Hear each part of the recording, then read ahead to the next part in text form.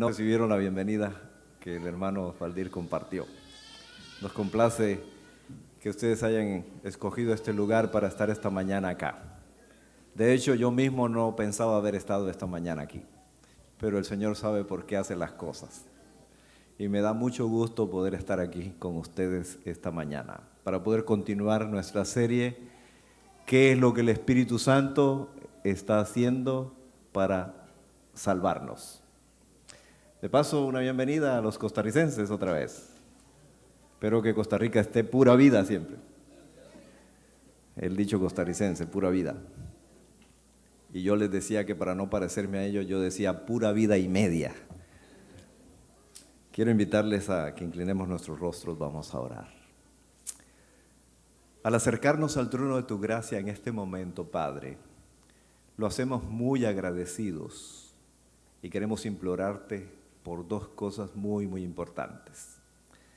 Número uno, queremos poner en tus manos de amor a la familia Bello, que hoy, Señor, saldrán finalmente de la esclavitud de Cuba y vendrán acá y confiamos que tú estarás haciendo un trabajo especial en la mente y el corazón de ellos para que puedan gozar de la libertad en Cristo. Que Milvis, Fusiano, Manelena, Juan Ramón puedan testificar de esa libertad en Cristo Jesús. También queremos poner en tus manos de amor a Israel, que hoy día está sellando su vida contigo. Señor, que su compromiso pueda perdurar por la eternidad. Él es un joven de 15 años apenas, pero tú has impactado su mente y su corazón y él ha tomado la decisión de unirse a ti. Bendícelo, por favor. A cada uno de nosotros, los aquí presentes, gracias por la dicha que nos das de estar aquí juntos. Señor, tú sabes por qué suceden las cosas. Permite que todos individualmente seamos impactados, impresionados por el poder de tu Santo Espíritu. En el nombre de Jesús. Amén.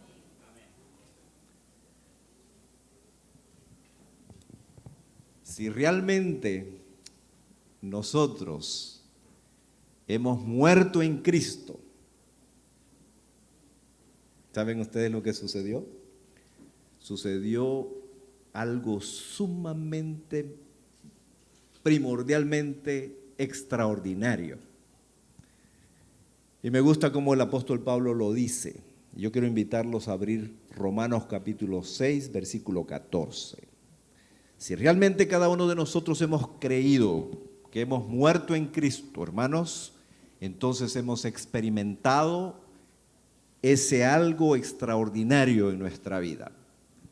Si no hemos muerto en Cristo, pues lógicamente no hemos experimentado eso. ¿Qué dice el apóstol Pablo en Romanos 6, 14? ¿Alguien lo encontró y quiere leerlo en voz alta? Le agradezco si quiere hacerlo.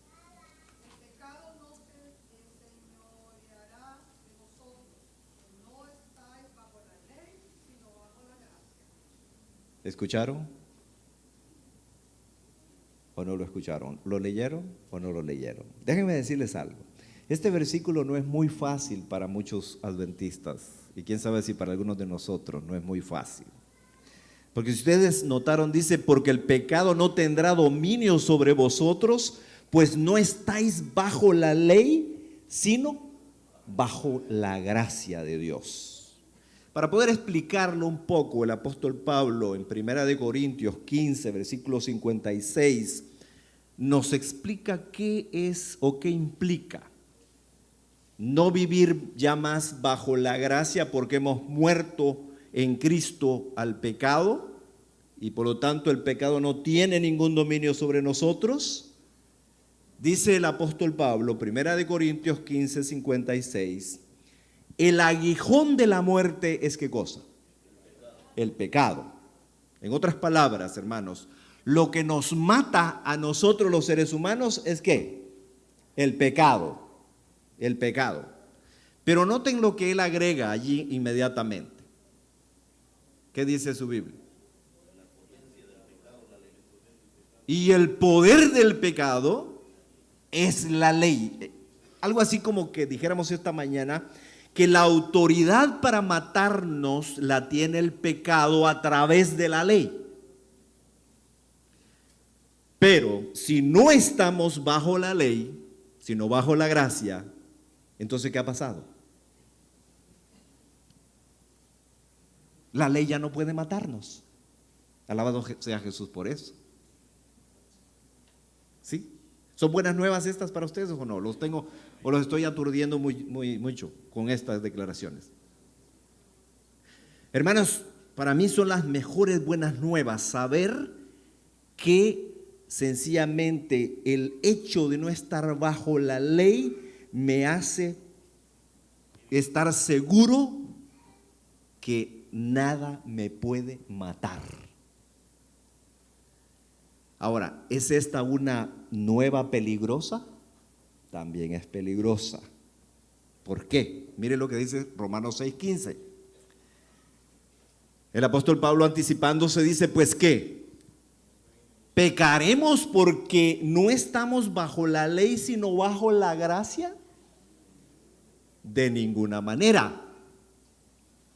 De ninguna manera. Porque ahora nosotros pertenecemos a Cristo, que es el autor de la justicia de Dios, no del pecado. Así que ustedes y yo, hermanos, mediante la cruz de Cristo, ya no estamos más bajo la ley, sino que ¿bajo qué? La gracia, bajo la gracia. De paso, la palabra gracia en el Nuevo Testamento tiene por lo menos dos aplicaciones. Número uno, ¿qué es gracia? La gracia es la gran misericordia de Dios manifestada a través de habernos enviado a nuestro Salvador, el Señor Jesús. Esa es en primer lugar, diría yo, la aplicación que podemos darle a la gracia. La Biblia enseña que nosotros somos salvos, ¿por qué? Por gracia. ¿Cuántos están seguros de eso? Sí, qué bueno. Efesios capítulo 1, por citar algunos dos versículos nada más, dice allí el apóstol Pablo: en Él, ¿quién es Él? En Cristo nuestro Señor, dice el apóstol, tenemos redención por su sangre, el perdón de los pecados según la riqueza de su gracia. Y en Efesios capítulo 2, versículo 8 dice: por gracia, ¿qué? Sois salvos por la fe. Y esto no de ustedes, dice el apóstol, no de nosotros, no de vosotros, pues es un don de Dios también. Ahora bien, recuérdense, la salvación, esa salvación que es por la gracia, hermanos, enseña que nosotros sencillamente, únicamente somos salvados, redimidos, restaurados, perdonados por la gracia. Ahora, ¿qué otra aplicación tiene el término gracia en el Nuevo Testamento? Tiene otro, ¿sí? Somos salvos por gracia, por la vida, por la muerte, por la resurrección de nuestro Señor Jesús. ¿Estamos claros en eso? Somos salvos, ¿por qué dije? La vida, la muerte y la resurrección de Cristo nuestro Señor. Cada uno de nosotros somos salvos por eso. Pero la gracia tiene también este segundo significado en decir, o podemos decir que es el poder de Dios. El poder de Dios que está allí a nuestra disposición, previsto por Dios para que nosotros nos beneficiemos de ese poder. Y tal vez algunos ejemplos para comprender un poquito esto que estoy tratando de decir. En 1 Corintios capítulo 15, versículos 9 y 10, notemos lo siguiente. La gracia es el poder de Dios, hermanos, dado a cada uno de nosotros los creyentes en Cristo mediante algo muy especial. Mediante la presencia, mediante la morada del Espíritu Santo en nosotros. Eso es la gracia. La gracia es el poder de Dios, repito, morando en nosotros gracias aquí a la morada del Espíritu Santo en nosotros. De manera que nosotros podamos cumplir el propósito de Dios en nuestra vida. Y ahora sí, los ejemplos, 1 Corintios 15, 9 y 10, el apóstol Pablo dice, porque yo soy, ¿qué cosa? El menor de los apóstoles, indigno de ser llamado apóstol. ¿Por qué dice él que era indigno? Porque su trabajo anterior a ser cristiano era perseguir la iglesia de Dios. Pero por la gracia de Dios soy lo que soy. Por la gracia de Dios soy lo que soy. Y su gracia, dice, no ha sido en vano conmigo. Antes, ¿qué dice? Trabajé más que todos ellos. ¿Quiénes son ellos? Los apóstoles. Los otros apóstoles. Y eso es lo que el apóstol Pablo dice. Ni siquiera merezco ser llamado apóstol, pero por la gracia de Dios soy apóstol. Y antes dice, trabajé más que ellos. Les pregunto, ¿no pareciera ser como que el apóstol Pablo se está jactando un poquito? ¿Ah? ¿Qué piensa? Está resaltando la gracia de Dios. Fíjense, sí, él no se está jactando porque más adelantito él dice, y léanlo allí en los versículos que mencioné, él dice, pero no yo, no yo. En otras palabras, no me concedan a mí el crédito, porque no soy yo el que tengo el crédito. ¿Quién tiene el crédito? Dice el apóstol. La gracia de Dios que está conmigo. ¿Notan? Yo he trabajado más que los otros apóstoles, pero no me den ese crédito a mí. Désenlo a la gracia que está conmigo. Y esto es lo que podemos cada uno de nosotros hacer, hermanos, para la honra y la gloria de Dios, por la gracia de Dios. Considerarnos, sí, que somos lo que somos gracias a la gracia de Dios. ¿Estamos? En 2 Corintios, otro ejemplo, capítulo 12, versículo 7, dice el apóstol, y para que la grandeza de las revelaciones no me exalte desmedidamente, es decir, para que yo no me jacte, para que yo no me enorgullezca, me fue dada, ¿qué cosa? Una espina en mi carne. ¿Cómo consideraba el apóstol Pablo esa espina?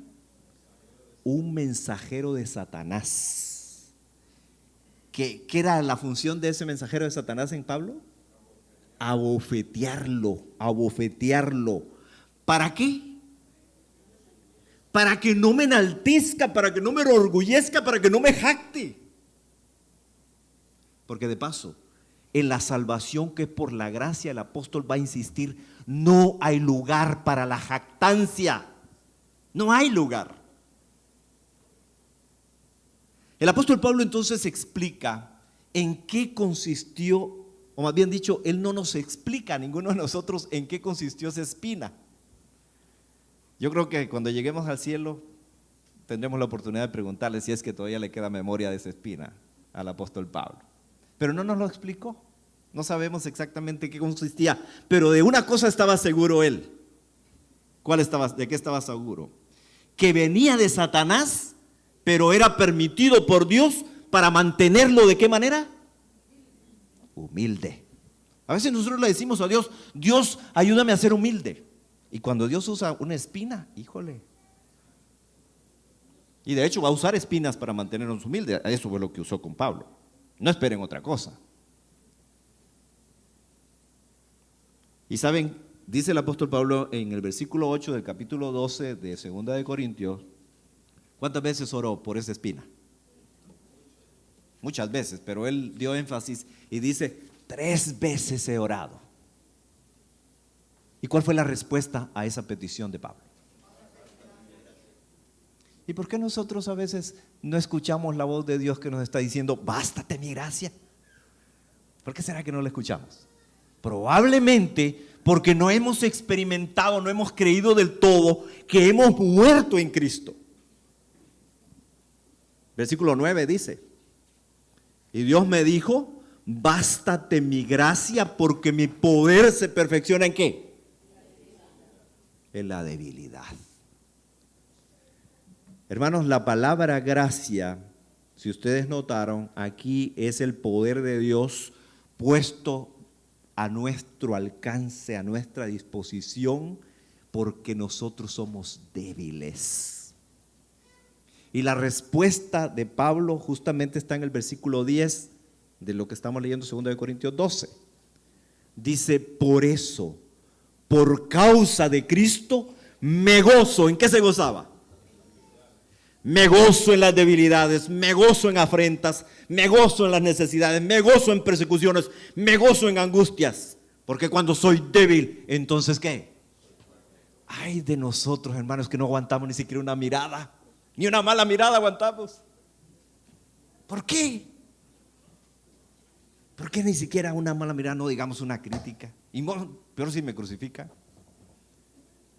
No lo aguantamos. ¿Por qué? Porque no nos hemos dado cuenta que a nuestro alcance, ¿qué está? El poder de la gracia, como para gozarnos en las tribulaciones, en las adversidades, en las críticas, en todas esas cosas como el apóstol Pablo menciona.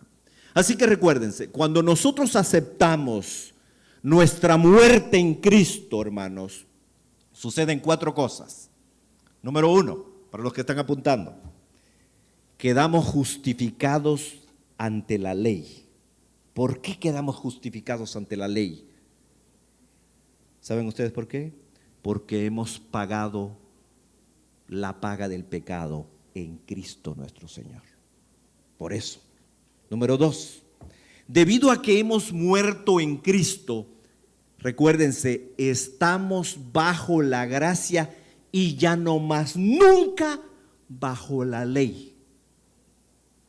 Número 3, como hemos muerto a la antigua vida o la vida antigua y ha tomado posesión la nueva vida en Cristo, nosotros podemos experimentar la santificación. ¿Y cómo santifica Dios a los santos?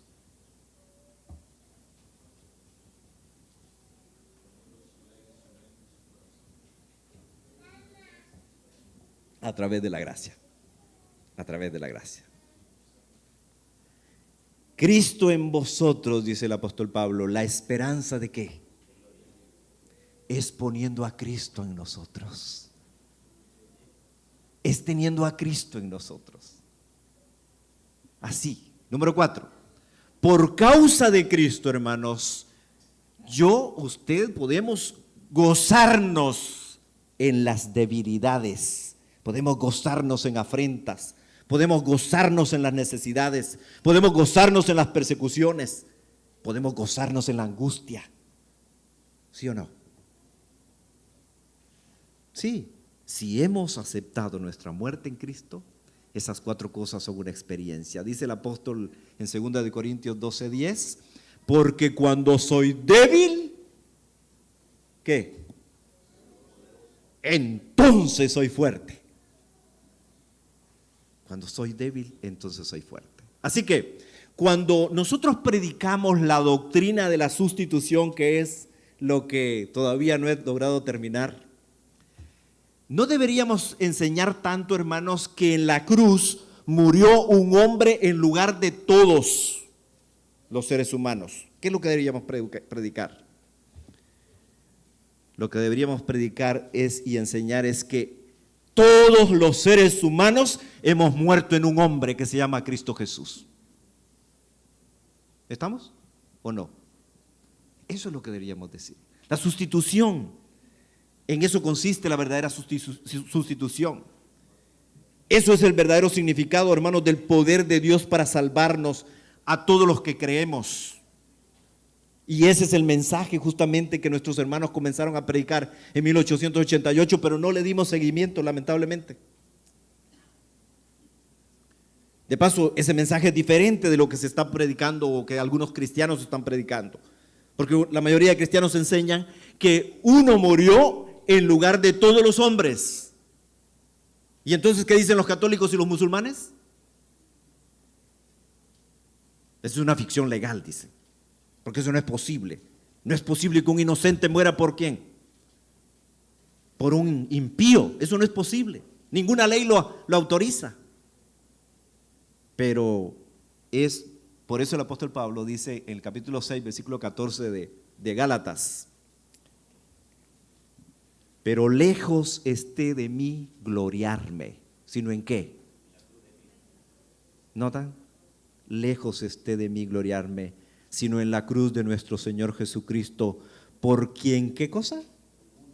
El mundo está crucificado para mí y yo para el mundo.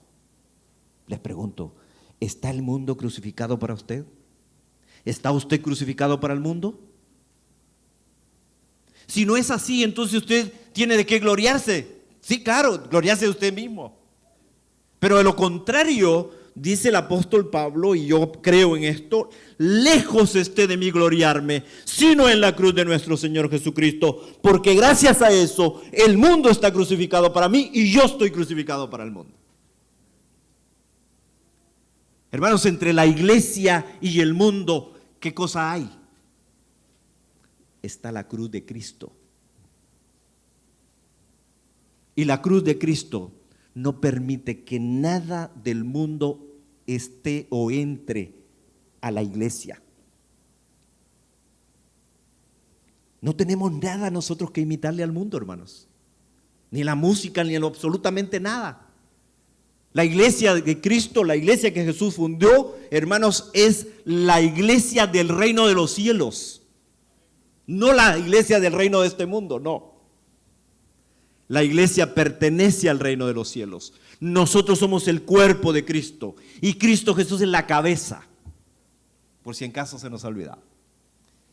Y ese es el motivo, hermanos, por el que la Biblia dice: no améis al mundo ni lo que hay en el mundo.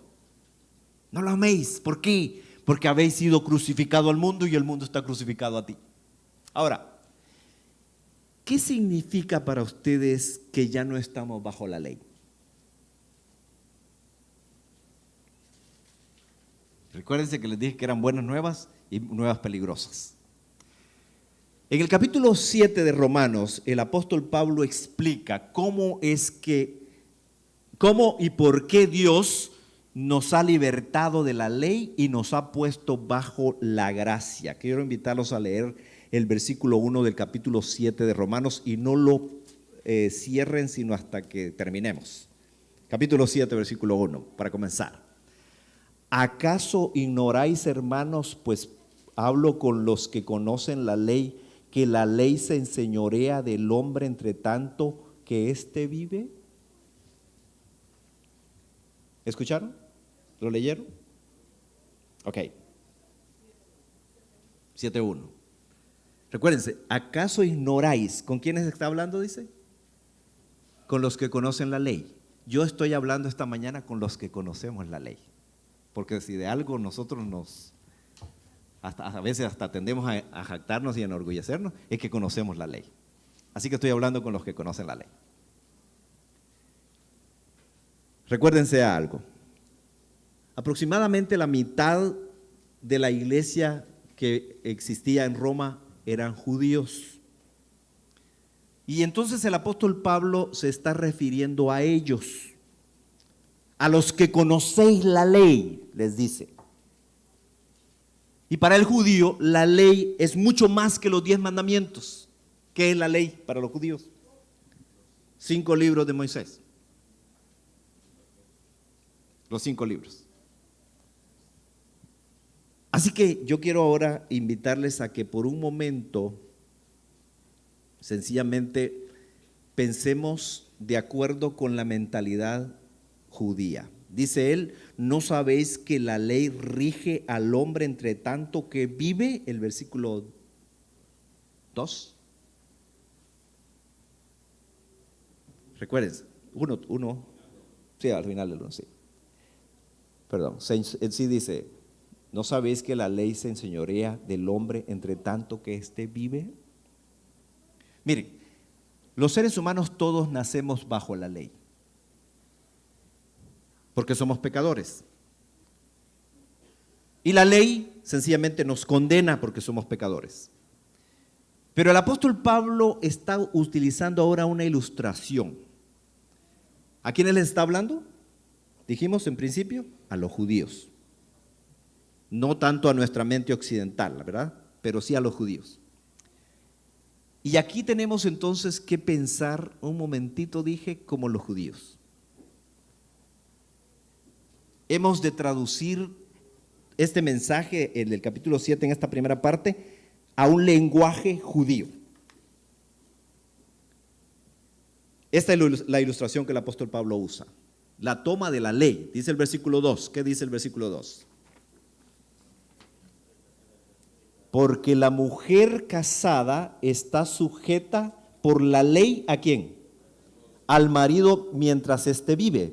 Pero si el marido muere, ella queda libre de la ley del marido.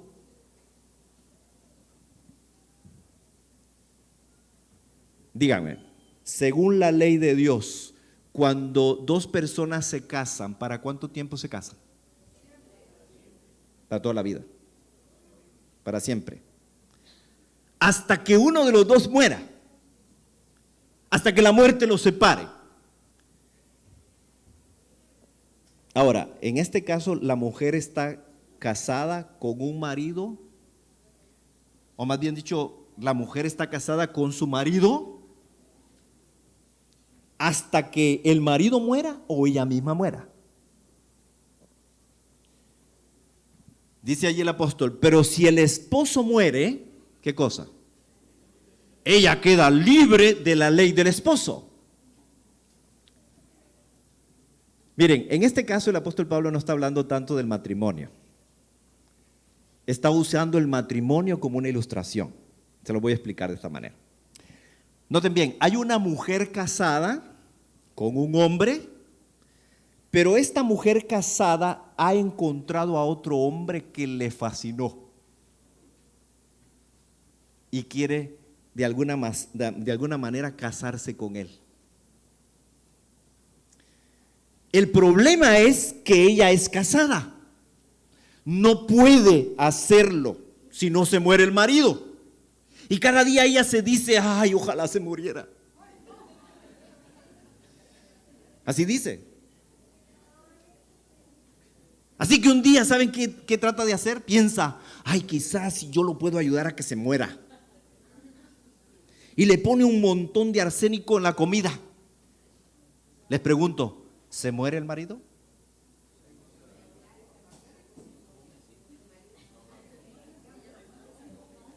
Miren, para los que dicen que sí se muere, les digo, no han entendido entonces la ilustración. Pero entonces no han entendido la ilustración que está allí en Romanos 7. Vamos a explicarlo. ¿A quién representa este marido que no hay forma de hacerlo morir? La ley. La ley. Recuerden el versículo 1. No es Adán, sino la ley. La ley tiene dominio, es la que domina. El marido tiene dominio. En Génesis capítulo 3, versículo 16 dice que debido al pecado el marido tendrá dominio sobre la mujer. Ansiarás a tu esposo y él te dominará. Hermanas, así lo dice.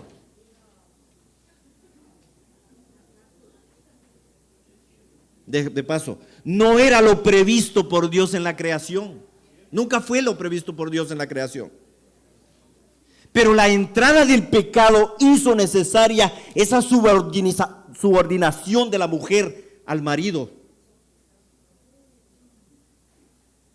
Claro, hoy no es el tema como para poder explicarlo, ¿verdad? Con lujo de detalles y todo para que no se sientan las hermanas que definitivamente sí era necesaria una liberación femenina.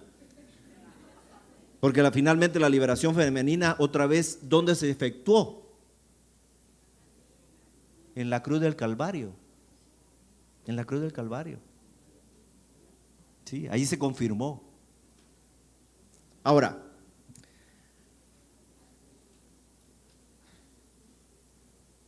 recuérdense, en este caso, el primer marido de esta mujer casada es ¿quién? La ley. Y esa mujer somos nosotros, en esta ilustración del apóstol Pablo. Esa mujer somos nosotros. ¿Y quién es el segundo marido? Es Cristo Jesús. Es Cristo Jesús. Ahora, no nos podemos casar con Cristo hasta que no se anule nuestro primer matrimonio. No nos podemos casar con Él. Es decir, no nos podemos casar si estamos casados con el primer marido, que es la ley. Y entonces aquí está la pregunta del siglo XXI. ¿Puede morir la ley? Recuérdense, ¿puede morir la ley? Nunca, jamás, aunque le echemos el arsénico de todo el mundo, la ley no puede morir. Mateo 5:18, dice el Señor Jesús, mientras existan, ¿qué cosa? El cielo y la tierra, ¿qué pasaría? Ni una jota, ni una tilde, ¿qué? ¿Por qué? Porque la ley no puede morir. Entonces hay dos problemas. ¿Cuál? Tal vez, ¿qué hay de malo en ese primer matrimonio? ¿Qué es lo malo de ese primer matrimonio? ¿Qué es lo que falla? Lo que falla es que el marido, de paso, ¿es un mal marido la ley de Dios?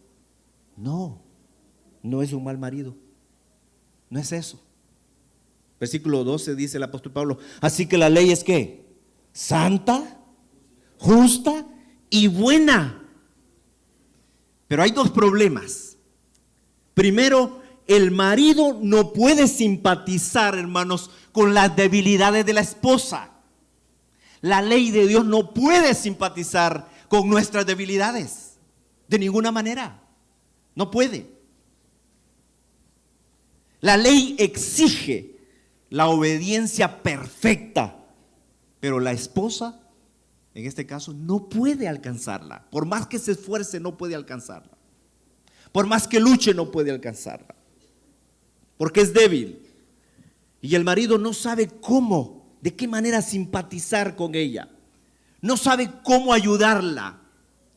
Pero el segundo hombre, el segundo esposo, que es Jesucristo, ¿puede simpatizar con nosotros?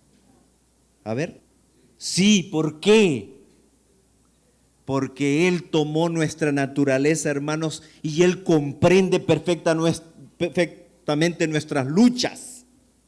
Él nos puede ayudar, hermanos, a ser buenos. ¿Puede el Señor Jesús ayudarnos a ser buenos? Contrario a la ley. ¿La ley le puede ayudar a usted a ser bueno? No tiene el poder para hacerlo. Pero Jesucristo sí lo tiene. Así que nos queremos casar con este nuevo esposo. La mujer que somos nosotros quiere que muera el primer marido, la ley. Le gustaría que muriera, pero no hay forma de matar al primer marido. ¿Cómo podemos solucionar el problema entonces?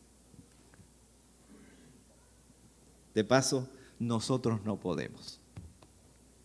Pero hay alguien que sí puede. ¿Quién puede solucionar el problema? Dios.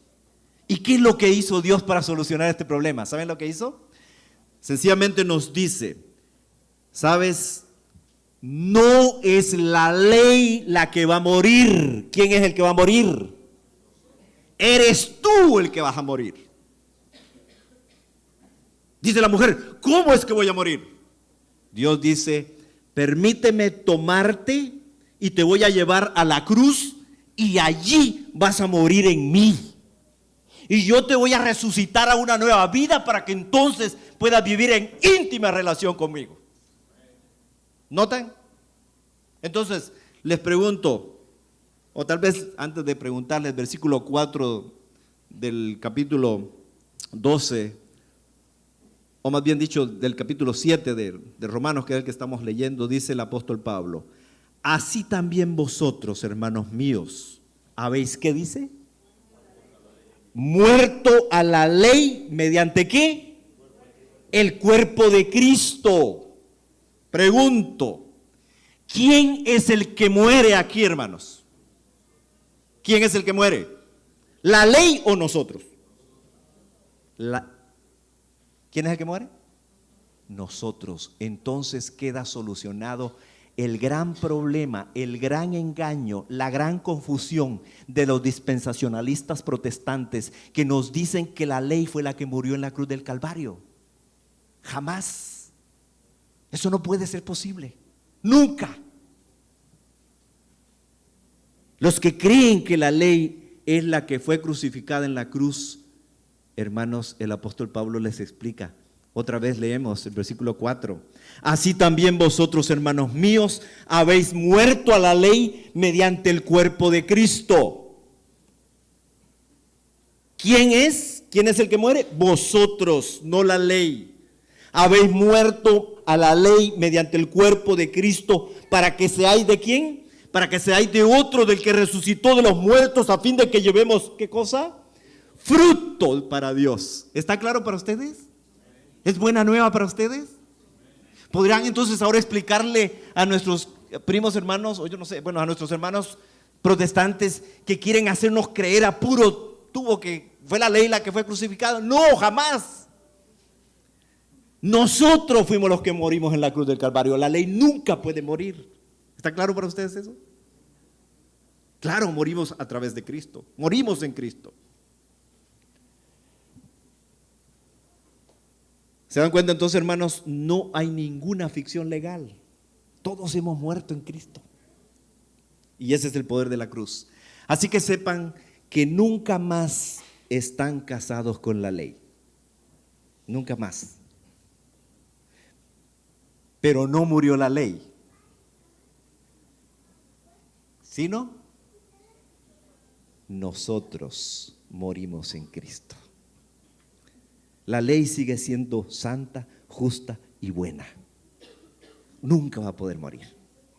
Por esa razón ya no estamos más bajo la ley, sino bajo la gracia de Dios. Y entonces el apóstol Pablo diría: todo lo puedo en Cristo que me fortalece. Porque cuando aceptamos nuestra muerte en Cristo, hermanos, la ley no puede condenarnos de ninguna manera. ¿Por qué no nos puede condenar? Porque la muerte de Cristo satisfizo perfectamente la ley, ya que nosotros estamos en Cristo, o estábamos en Cristo cuando Él murió, y por la fe obedecemos al Evangelio, aceptando nuestra muerte en Cristo nuestro Señor. Así que recuerden que la ley de Dios, como nuestras leyes penales terrenales, tiene dominio sobre nosotros solamente si estamos ¿qué? Si estamos vivos. Pero si no estamos vivos, no puede tener dominio sobre nosotros, estamos muertos. Pero cuando aceptamos por la fe nuestra muerte en Cristo, entonces la ley queda satisfecha. Ninguna condenación hay, dice el apóstol Pablo, Romanos 8:1. Para los que estamos en Cristo nuestro Señor, para los que no andamos conforme a la carne, sino conforme al Espíritu. Recuerden también, hermanos, que entre el mundo y la iglesia está la cruz de Cristo, la cual no permite que nada del mundo sea introducido en la iglesia. Hermanos míos, es mi oración que cada uno de nosotros comprendamos de verdad este mensaje de la gracia de Dios. Y que vivamos y que nuestro único anhelo sea ir a morar con Cristo pronto. Pero recuérdense, tenemos que aceptar nuestra muerte en Cristo para que el pecado ya no se enseñoree de nosotros. ¿Cuántos quisieran agradecerle al Señor esta mañana y decirles gracias, Señor, otra vez, porque acepto mi muerte en Cristo y quiero vivir bajo tu gracia y quiero permanecer en tu gracia y quiero predicar el mensaje de la gracia y quiero ser un ente que no obstruya tu gracia, pero que predique de tu gracia, que viva tu gracia y que exalte a Cristo todos los días. Que el poder de tu Espíritu Santo, oh Dios, de verdad me permita todos los días de mi vida vivir esa vida lleno de gracia, de tal manera que la gente pueda ver fluir la gracia de Cristo a través de mi vida y de mi testimonio. ¿Quieren decir eso al Señor? ¿Cuántos quieren decírselo y agradecérselo y decirle, Señor, yo aquí estoy, quiero entregar mi vida y mi corazón a ti, quiero ser un ente por donde la fluye la gracia? Que Dios me los bendiga. Quiero invitarlos a unir nuestras voces y vamos a cantar nuestro canto, que ya lo hicimos prácticamente un canto tema de nuestra serie, el 147 al 396 en el himnario nuevo.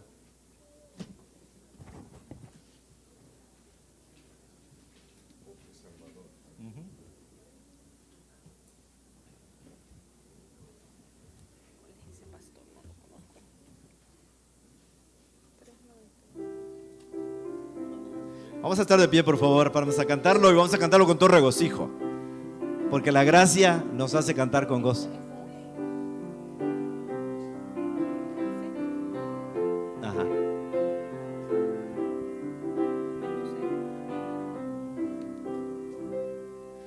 Oh, qué Salvador es Jesús el Señor, bendito Señor para mí.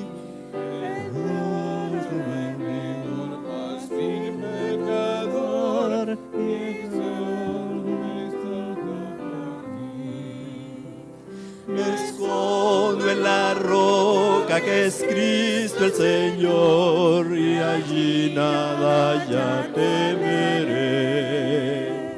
Me escondo en la roca que es mi Salvador, y en Él siempre yo confiaré, y siempre con Él viviré. A los amados a quienes dejé, con ellos por siempre estaré. Mas quiero aún al amado Jesús, sus glorias yo entonaré. Me escondo en la roca que es Cristo el Señor, y allí nada ya temeré.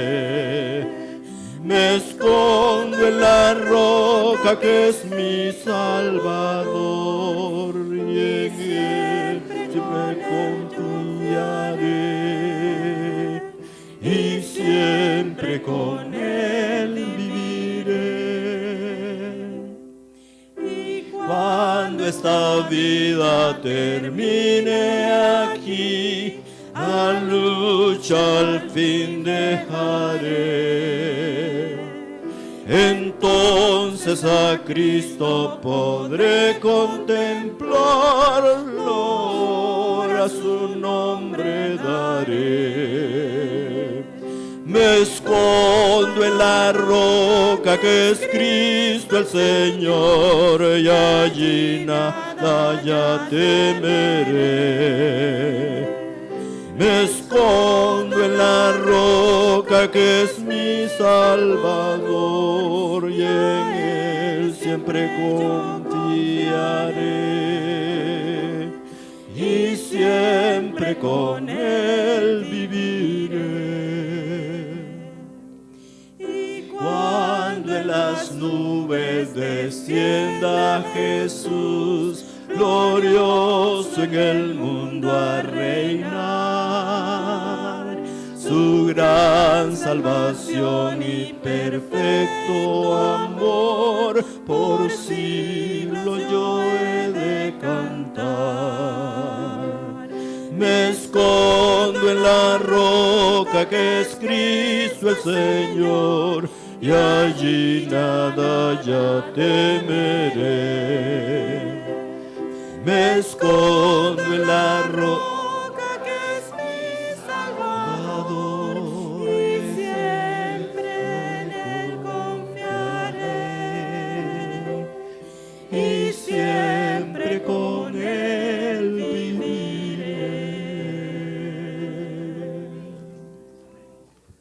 Inclinemos el rostro, vamos a orar. Nuestro Dios y nuestro Padre, gracias por el plan de la salvación a través de la gracia. Que cada uno de nosotros podamos regresar a nuestras casas meditando, reflexionando con respecto al hecho de que hemos muerto en Cristo. Y por lo tanto el mundo está crucificado para nosotros y nosotros para el mundo. Señor, permítenos gozarnos, y si en algo hemos de gloriarnos, que no gloriemos en la cruz de Cristo, igual que el Pablo. Permítenos hacer de las adversidades de la vida algo que despierte en nosotros la seguridad y el gozo de que tú estás con nosotros todos los días y que tú te perfeccionas en nuestras debilidades. Señor, ten piedad y misericordia de nosotros. Permítenos que todos los días de nuestra vida haya en nuestra mente y en nuestro corazón el firme deseo de que vengas pronto a esta tierra. El firme propósito de ir a morar contigo para siempre como nos lo tienes prometido. Pero antes, por supuesto, conviértenos en esos discípulos tuyos, predicadores de tu gracia, exaltadores de Jesús, testigos de lo que Cristo es capaz de hacer en nuestra vida. Llévanos con bien a nuestras casas, permítenos continuar en el Espíritu Santo del sábado y permítenos también, Señor, que aprendamos a depender de ti todos los momentos de nuestra vida. La honra y la gloria sean para ti en todo y especialmente en el hecho de que tú moras en nosotros. En el nombre de Jesús. Amén. Pueden sentarse, hermanos. Vamos a ver